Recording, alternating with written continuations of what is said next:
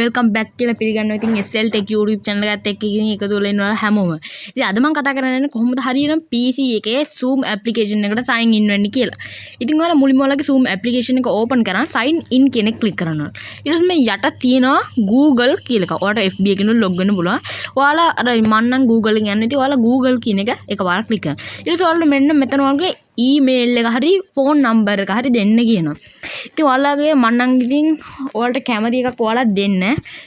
Phone නම්බරේ email එකේ තමයි ඉතින් ඔයාලට ඔතනින් ඉල්ලන්නේ.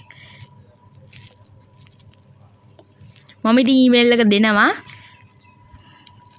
ඔයාලා ඉතින් හරි. දැන් ඔයාලා ඉතින් ඔයාලගේ ඊමේල් එක හරි මේ ෆෝන් නම්බරේ හරි උතන ටයිප් කරන් යට තියෙන ඔය මී ළඟ කියලා. නැත්නම් ඔයාලගේ next කියලා ඇති. මී ළඟ කියලා තියෙනක ඔයාලා එකපාරක් ක්ලික් කරගන්න ඕනේ.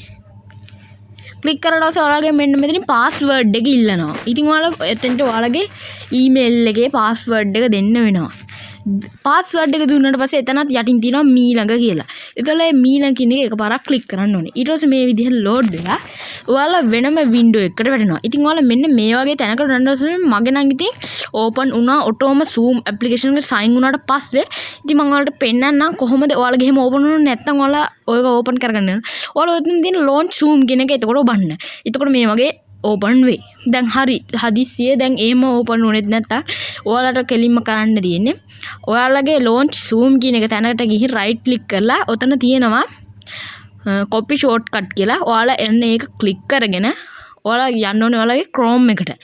Chrome එකට ගිහින් ඔයාලා searching bar එකේ අන්න ඒක paste කරගන්න ඕනේ. paste කරගත්තට පස්සේ ඔයාලට මෙන්න මේ වගේ ඉතින් ඔහොම එකක් එනවා. ඔයාලා ඉතින් ඔන්න ඔතනින් open Zoom meetings කියන එකට දුන්නාට පස්සේ ඔයාලා කලින් ආවා වගේ එකක් ඔන්නේ. හරි ඉතින් එච්චර ඔයාලට Zoom application එකට sign වෙලා